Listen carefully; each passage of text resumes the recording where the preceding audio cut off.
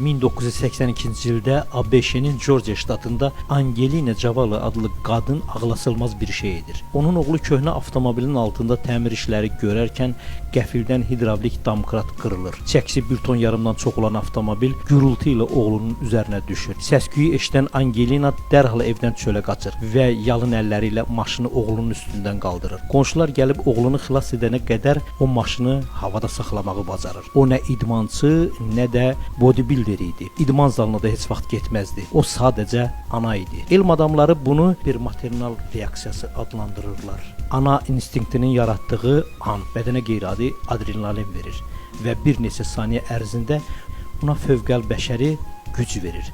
Bütün analar avtomobil qaldıra bilməsələr də, onlar hər biri sizi öz bildiyi yolu ilə xilas edəcək. Ona görə də onları qucaqlayın, onlara zəng edin, onları unutmayın. Çünki əsl möcüzənin adı anadır.